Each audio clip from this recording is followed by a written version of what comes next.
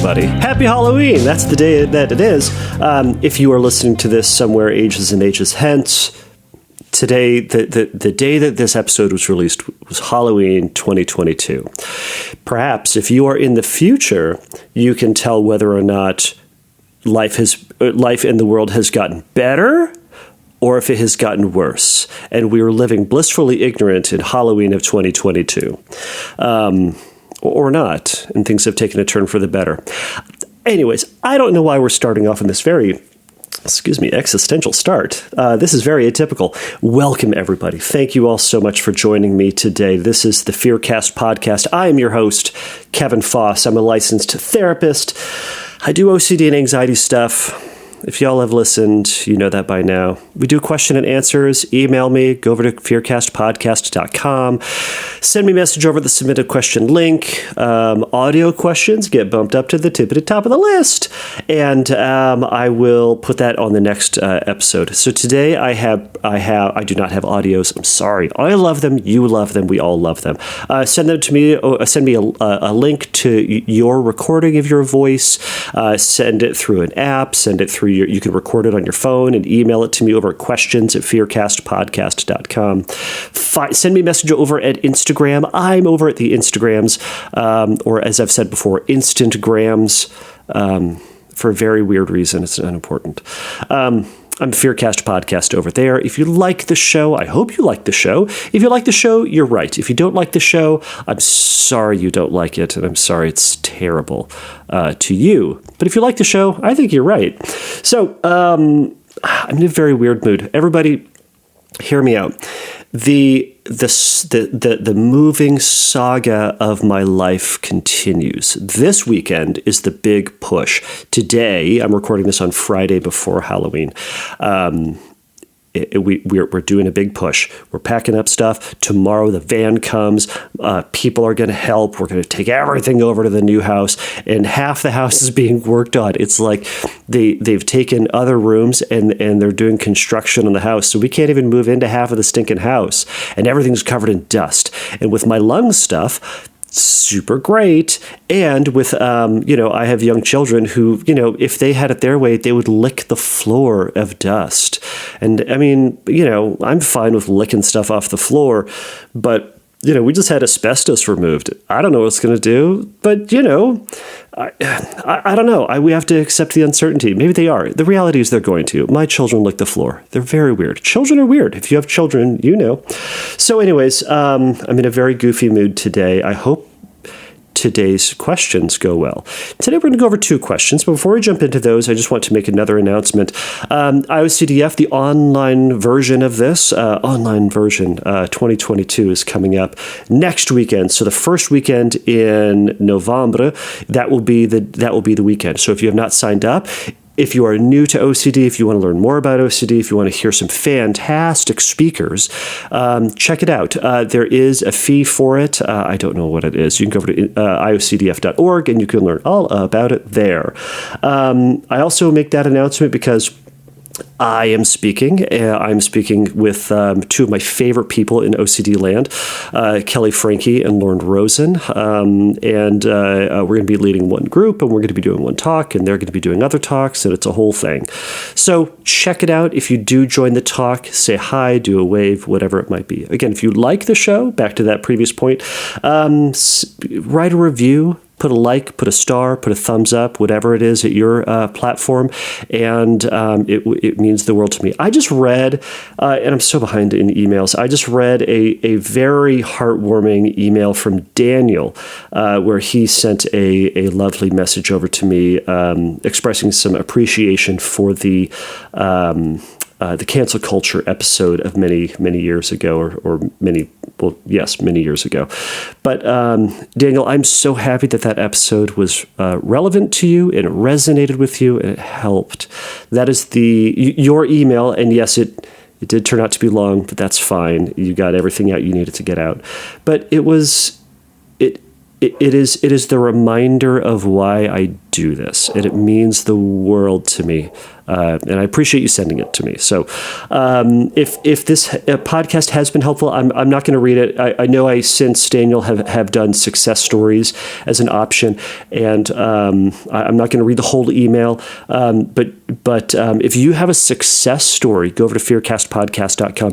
Write me a little message about your success. I want to know. Other listeners want to know about the success. If you're hearing my dog in the background, I apologize. She's probably barking at some, I don't know, marauder, invader into the realm, as dogs do. She's Lemon of House Foss, defender of the realm and scooter of butts. That is her Game of Thrones name. I maintain that all animals need to have a Game of Thrones name. So again, she is Lemon of House Foss and defender of the realm, scooter of butts. So whatever your animal is, or creature, or children, they need a Game of Thrones name. So consider it. That is your homework. Also, if you do come up with a Game of Thrones name, tell me. Go over to send me a message over to Instagram. I'd love to hear it, and I will share my favorites in the future. So let's get on to these questions, everybody. So I have two somewhat. They're unrelated. They're related by OCD, but they're unrelated in terms of theme. So the first one is going to come from Laura. Laura says, how do you distinguish between someone who is feeling anxious and upset about SO-OCD, sexual orientation OCD, and someone who is just anxious about coming out? Also, for all forms of OCD, isn't figuring out the answer to the question needed in order to make important life decisions? In other words, don't I need to know that I'm not a pedophile in order to be safe around my children? Don't I need to know that I'm heterosexual in order to continue a relationship with my husband? Thank you so much for your guidance. All right, Laura, great questions. I've asked myself this question. If you talk to a lot of therapists, as I sometimes do, you're going to get a lot of different answers. So I take somewhat of a controversial position. There will be therapists out there who will absolutely say, and they will be quite justified in saying, no, you do not need certainty. I'm sure I don't need to name names. There are some people who would say, no, you don't need to know. There's some therapists that are going to say, how do we know anything in life? There are some people, there's going to be some schools of thought and some therapeutic approaches that will say that yes, you should be, you can be certain and can be aware of it, but also recognize that it is OCD.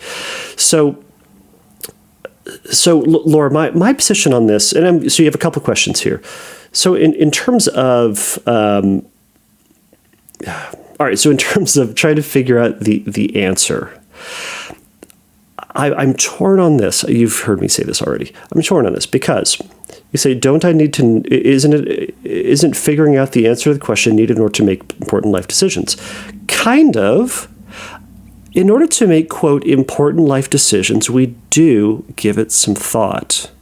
We do weigh the pros and cons. We may even ask some trusted advisors, friends, loved ones who know us, care for us, want the best for us, etc. We may ask them their opinion, their thoughts, their intuition on this in order for us to start making decisions. Think about, which college should I go to? Should I, what do you think about my partner that I'm going to marry? Are they a reasonable human? Hey, I'm thinking about quitting my job and going into this other field. What do you think? These are kind of big life choices, right? You're right, we don't want to make them willy-nilly. We do consider it. Now, here's what I'm hearing, though, and here's what I'm worried about. Is OCD saying you need to know, meaning you need to know conclusively, for certain, 100% fact, in order to continue, or in order to take one step further? So, for example, how will I know that this is the right college for me? I don't. I think it's a good college. I think it has a lot of pros, but man, that other college also had this going on for itself, and that one is also pretty good, but I can't predict the future. But maybe right now I feel like this is the right one for me. Great. I might change my mind. How do I know that this business I'm going to get into is the right one for me? You don't. You only know afterwards, and afterwards meaning like when you're dead. That's when you kind of decide whether or not, looking back on everything, whether or not it was reasonable. Anyways, I know what people are going to say, and I think you kind of answer it in this first part, or you kind of just allude to it in this first part. It's with SO-OCD, some of the main concerns is, am I being my authentic self? So do I fully know myself? And if I don't fully know myself, or if I make a decision based on false information, a lack of information, or I'm just wrong, it will have this tremendously awful impact on my life, on other people. It will drag my partner that I through the mud. Everything will change and everything will be awful. Is the perception, perhaps. But again, it's the core of it is I don't fully know myself. Well, we know a lot about ourselves, and part of what we do is we what anxiety does, what OCD does, is it makes you doubt what you know. It makes you doubt what you believe to be true about you. Now, I'm not going to say true big T. I'm going to say true little t, meaning stuff that we most likely think is true, not cosmically factual. That's what OCD wants you to have. But there's stuff that we believe to be true about ourselves. OCD casts doubt on that, makes you go, is that true? Is big T. Is that fact? What if this other thing? Maybe this. I could see myself doing this. And by the way, in here, we're getting into our imagination and playing with things that aren't fact, aren't based in what is consistent with you, what has been traditionally true about you, what you have fought for, worked towards, etc. I will also point out that you sent me this email. I'm expecting out of fear and anxiety, hoping that Kevin is going to be able to give you the answer about who you are. It is fueled by this doubt, this doubtful question, and you are fighting for this idea that you are a heterosexual person, presumably. Not presumably heterosexual. Based on what you're saying, I'm going to presume that you are fighting for your heterosexuality. Yeah, you believe that to be true. There's a thought in your head that is producing doubt about that. And you need to trust your compulsive conclusion, the thing that you have been fighting for all along. Now, the more that you spend time questioning yourself and engaging with that fantasy element of it, the more confused and more screwed up you're going to be. Screwed up in the most affectionate sort of way. You get what I'm saying. We screw our mind up doing this. So, how do we? So you said, how do we? For example, you said, don't I need to know that I'm not a pedophile in order to be around my children? No, you don't. You don't. You don't think that you're a pedophile. You're saying, well, I might be. Okay, you might be. Might be is not is. You might be. You've historically trusted and believed that you are not. You have fought for the idea that you are not. You have ruminated about whether you are and have concluded that you are not. Great. Laura, trust that. And then when your brain says, but you don't know for certain, cosmically, existentially, universally, great. Maybe I'm not. When that doubt tries to pull you back into this game, go, you know what? Maybe I'm not. Maybe I am this pedophile, and I'm going to do this thing. But I'm going to spend time with my kids. Oh, maybe I am deep down gay, and I just don't know who I am in my core. Well, maybe I am, or I'm going to learn that I'm wrong. But until then, I'm going to make the best of this uncertainty, the best of this maybe kind of sorta. I'm maybe 51% confident that I'm straight, given the doubt. Great. We're going to make the best of it. And if and when, ages and ages hence, we discover that we were wrong, okay, we adapt. We shift, we change. We are malleable people, and we will make adjustments to our lives. So, Laura, that's what you can do. Practice being open to the possibility that maybe you will have to be malleable somewhere in the future. So you also said, how do you distinguish between someone who's anxious about sexual orientation OCD and someone who's just anxious about coming out? Well, as a heterosexual male, it's tough for me to say with definitiveness what that feels like. But from what I understand, there is going to be a difference. One of the things as you're talking about here is you're saying this is fueled by anxiety most of the time, and this might be reassurances for a lot of people. But some of the differences is you're being driven by anxiety, not about the question, but about, are you being driven by anxiety by the question or anxiety by the process of coming out? A lot of times people will share their anxiety about coming out when they are quote, truly identifying as, and they are 51% identifying as somewhere on the LGBT spectrum. They say, this feels like me.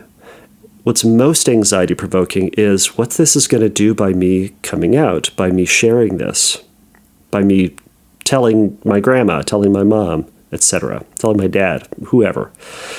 Whereas a lot of times with SO-OCD, the coming out process is, or the coming out thought is there, but it is a just a ripple effect of the initial anxiety of, oh no, I don't know who I am. Oh man, if I am this thing, here are all the other things that then need to take place, domino style, if that were to be true. Kind of like someone who's worried about, what if they're a pedophile? Well then, oh no, then I'm never going to be able to have kids. I'm never going to be able to live near a school. I'm going to have to live out in the middle of nowhere. I'm never going to be able to be around my family, my nieces and nephews again, because I'm going to do something awful. And they might get caught up with, oh no, what's it going to be like for me to never have kids? And they can ruminate about that and be sad about that and to be anxious about what it would do to their family or to their partner to say they're never going to have kids. It's not about that. It's about the other thing. It's about the core issue and core anxiety. So, Laura, I hope all of this was helpful. Again, some of this may have been inappropriate reassurance seeking, but you know what, Laura? I don't know how many times you've asked this question, but you asked it to me just once, so I will answer it. So, what my main guidance will then be is to accept this uncertainty and to trust what you have been fighting for all along, and accept the possibility that maybe you're wrong. Maybe you're going to discover something about yourself in the future, but maybe you're not. And maybe I'm going to discover that thing, and I'm going to have to tell my wife, and it's going to cause a rift in the family, et cetera, et cetera. I don't know if it would cause a rift in the family. My family is pretty accepting. Until I discover they're not, I don't know. Point is that we don't know. And instead of focusing on this question, focus on the here and now. How do you, if in this fear that you're living this lie, live the best lie that you can? Live the best lie with your husband and happily ever after, and maybe we'll discover it in the future. If and when it happens, shoot me an email. We'd love to talk about it. But I bet I'm never going to get that email, Laura. I bet I'm not. But if it happens, shoot me an email. So, Laura, I hope that was helpful. Thank you so much for sending it in. All right, so now I'm going to have my coffee because I needed more. Oh, my goodness. All right, here we go. A lot of people, well, I drink a lot of coffee. A lot of people think I'm very snooty with my coffee because I have a kegerator and I have nitro cold brew at my house. It's not what I'm drinking right now. What I'm drinking right now is instant. I'm sure there are coffee folks out there who are just judging me aggressively for that. That's fine. I found one that's pretty good, and it's because I'm lazy. I'm lazy, and I have things to do, and I have coffee to drink. Okay, so this next question comes from Morgan. Boy, we're going to do a shift today. So Morgan says, Hi, Kevin. First off, thanks for doing this podcast. I just discovered it by typing, quote, faith and doubt on Spotify, because that's what I struggle with. She says, quote, God isn't real. You're not a Christian. The Bible isn't true. These are all things that constantly go through my mind, even after I don't research and determined that it's more absurd. That's more absurd and not believe in God. Because they go through my mind even after. Okay, I think we all made sense. So she goes on to say, I have OCD. I'm 31 and I was diagnosed as a child. I've learned to deal with the compulsions, but with the faith thing has been something I've always struggled with. I, capital letters, want there to be God. I, capital letters, want to have a relationship with him and Christ, but my mind keeps telling me that God is impossible and just wishful thinking. My mind is an atheist, but my heart and soul are Christian. I think that's actually a poetic way to say it. I appreciate that.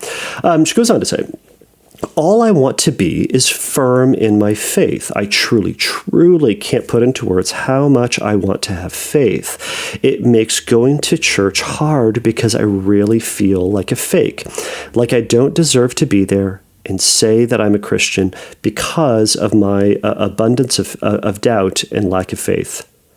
I feel like Thomas. So if you're not in Christian town or church town, you might not know who Thomas is. That's fine.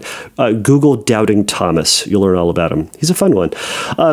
He goes on to say, I guess my question is, are my doubts, even after all of my research into the plausibility of God, are they because of my OCD? Am I more doubtful than the average person because of this disorder? I don't struggle with the main symptoms of religious scrupulosity, but my main symptom, or my main problem, simply comes in, quote, in capital letters, believing that even as, or in believing that there is even God, and especially in, why reading is hard today, but my problem simply comes in believing there even, that's why, it's grammatically wrong.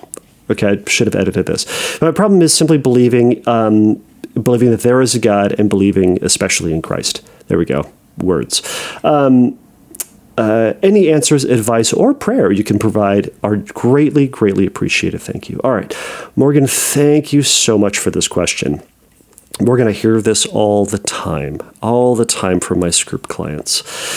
So can OCD make you doubt more? Yes, that's what it does. There's a great book on religious scrupulosity called The Doubting Disease. I encourage you look it up. I don't know who the author is. It starts with a C. It's impronounceable, even if I had the book in front of me. Point is, Google Doubting Disease book, you'll find it. It's great. It has a lot of really good advice in there, really good guidance on how to deal with religious scrupulosity. So can it make you doubt more? Yes, because what all OCD does is it makes you question these things that you believe to be true. And it asks that doubtful obsession, or it asks that question, hey, what if you don't believe in God? Even though, as you said, you desperately want this, it says, but what if this thing that you want the most isn't true? Doesn't that sound like some of the other obsessions we've talked about? I want to be in love with my husband, my wife, my cat, my dog, my kids so much. And then it says, but what if you don't? What if you don't fully love them? What if you love somebody else? What if they don't love you? What if you're incapable of love, right? All these questions just undermining and destroying that thing that you're fighting for the most. What if, what if I'm believing you're a good person? What if I'm a bad person? What if I maliciously will harm someone? Ooh, what if I don't know who I am? I'm looking at you, Laura. What if I don't know who I am and I'm going to destroy my life because I don't know fully who I am, what I'm about? Ooh, we have these. This is why OCD is OCD. It's not that Morgan is uniquely screwed because they have religious scrupulosity. It's not that Laura is uniquely screwed because she has SO-OCD. It's you have OCD, and it makes you doubt and question who you are, what you're about, your position in life, your position within relationships to other people, the future, the past, the universe, etc. That's what it does. So, Morgan, what you are talking about then is that you've said, I really, really, really, really, really, really, really want to have faith. Gosh, Morgan, you sure apparently are caring a lot about something that you apparently don't care about. Curious, isn't it? What you're talking about, mainly it sounds like, is the feeling. You want the feeling of faith. You want the lovey-doveys, that feeling of confidence in God, that feeling of closeness with God. Right? Now, by the way, I will say, maybe you are having questions, and you know what? There's a lot to question about faith. I will say that as a faithful person. Man, I got some questions myself. How does it work? Why? I'm not going to. I don't need to outline all of my questions, but there are. If you have questions about the meaning of God, who God is, your relationship with God, you would not be the first, and I'm telling you, Morgan, you will certainly not be the last. People have doubts, and you are permitted to have doubts. Doubt is not the thing that undermines and destroys the thing that you want. It's the thing that happens alongside of the thing that you want. And it's the thing that it's the side effect of having a human brain that thinks stuff. You thinks stuff. And our brain thinks in synonyms and antonyms. It thinks in similarities. So if I say couch, you might think you might think chair, you might think love seat, you might think sofa, you might stuff like that. But if I say couch, you might also think elephant. You might also think spikes. Like the complete opposite, right? If I say something good, if I say good, you might think bad. If I say something holy, you might say blasphemous, right? This is what our brain kind of does, and it's basically saying, hey, here's this thing that you believe. What if the opposite were true? As a consideration, as an option, as a thing to think about if you'd like, but you don't have to. So I'm saying this ultimately as an expectation about what our brain does, what my brain does, what your brain does, and I'm willing to bet others who are listening to this. We need to expect that to be there. I did an episode, like first maybe 5 episodes. One of them was on what I call the underminer. A little part of our brain, and it could also be called devil's advocate. It's this little part of our brain that when we say one thing, it says the complete opposite. Hey, I really love my wife, but this thing is annoying about her. Oh my gosh, my kids are delightful, but don't you kind of want to throw them in a river sometimes? Because they're annoying. Now, some of these things are true, but the point is that when we think one thing, we can sometimes think the opposite. So expect that that's going to be there as part of your brain. Now, our job then isn't to then investigate all of them, nor to treat that thought, that underminer thought, as if that one's the true thought. You say, I desperately want to have faith, but then you say you have doubt. Okay? Hold those in tension. Hold those together. You have both. You have questions, but you also have this desire, this yearning toward, right? So I would say that is something that you can acknowledge and you should lean on.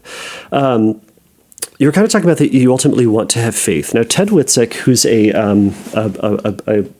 brilliant therapist, and I've told him this. I don't know if he cares. He's my unofficial mentor. I'm just claiming him as mine because he's a delight and very, very smart. One thing that I heard him say recently is that faith is trusting God through the doubt. Faith is trusting God through the doubt, not trusting God so long as doubt's not there. Trusting God when we destroy anxiety. It's both. We trust God. And by the way, trust here is an action. It's a thing that you do. It's a collection of orientations of thought, mind, behavior, etc. We trust God through the doubt. So even though you are having questions and you're feeling, and I'll also say doubt in terms of the feeling, that lack of connection to God, though that's there too, we trust what you've read, what you've heard from your pastors or priests or bishops, and you continue to do the things that the average person in your church would do. More specifically, you do the things that make you feel, or that you believe are bringing you closer into a relationship with God, within reason, within function, within sustainability. You do those things despite that feeling. We do this anyways. If you're annoyed with your mom, if you're angry with your mom, and she says, we can be angry with her, but then I might say, hey, do you love your mom? You might say yes. Even though you don't feel the lovey-doveys, you still would say that you do. And both these things are true. You love your mom and you're annoyed with her. Now, similarly, you might say, hey, are you annoyed with your mom? Yes. Hey, she needs help grabbing something in the garage. Okay.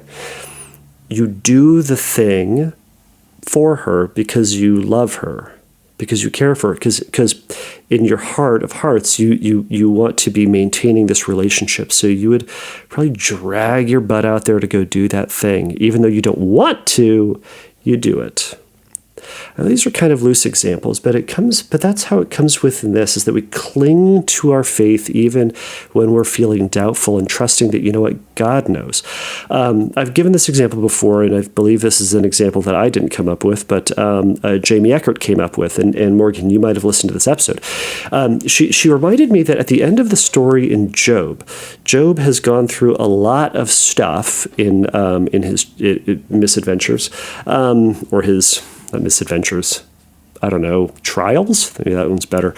But at the end, he goes, hey, God, what in the heck? Why did I have to go through this? And God said, hey, you don't get to know. I know. You don't get to know.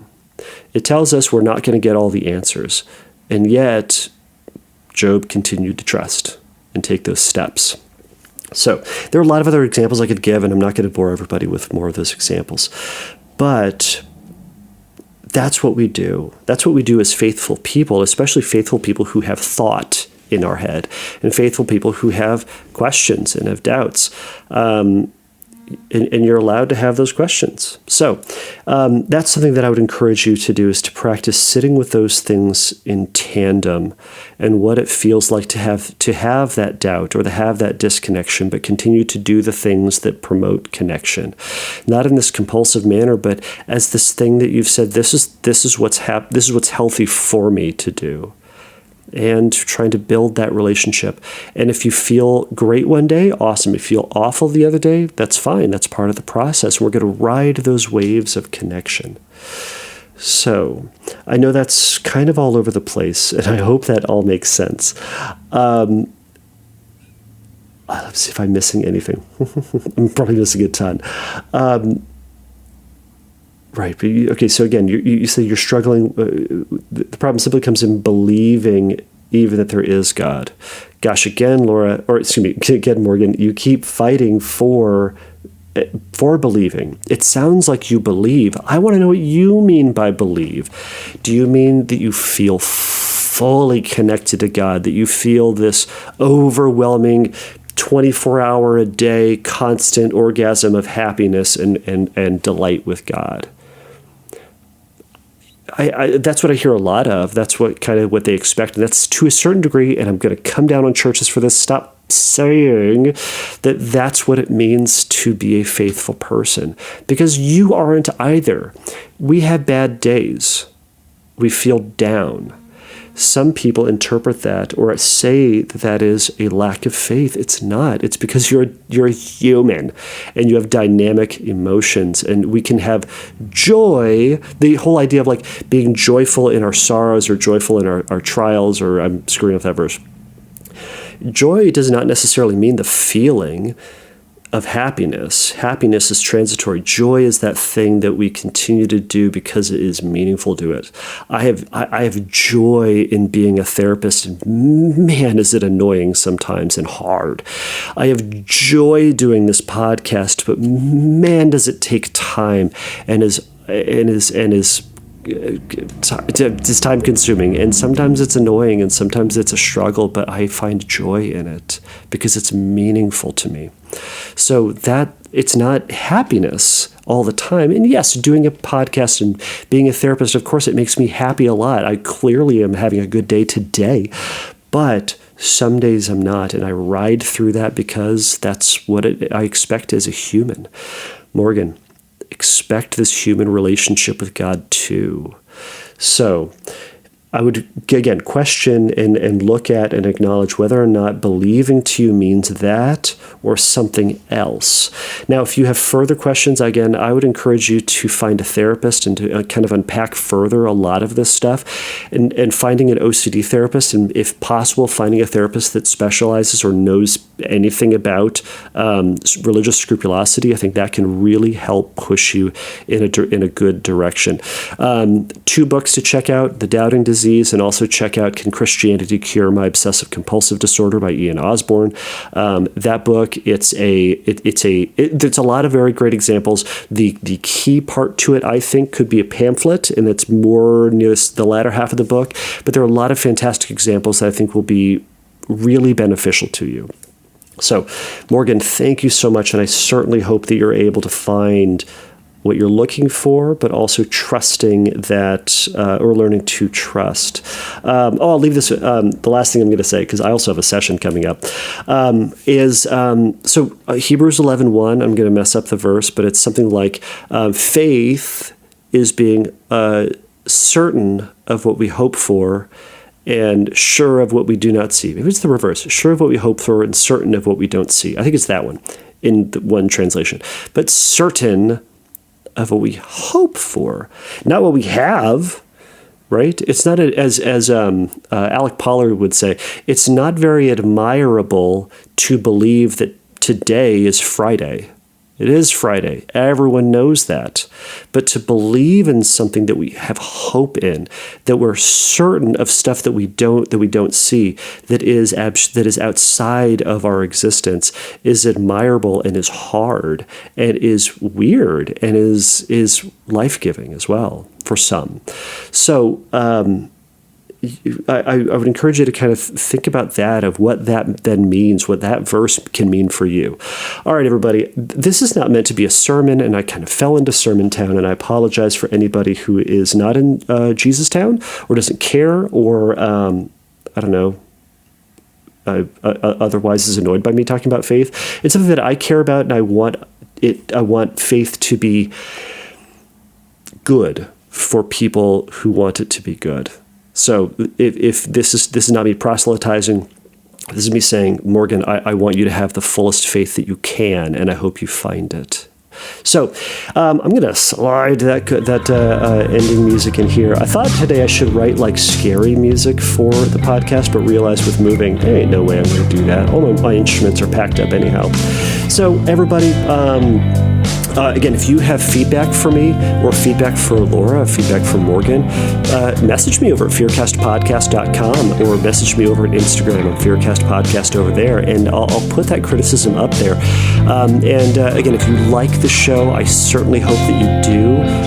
Give a review, give a like, or send in a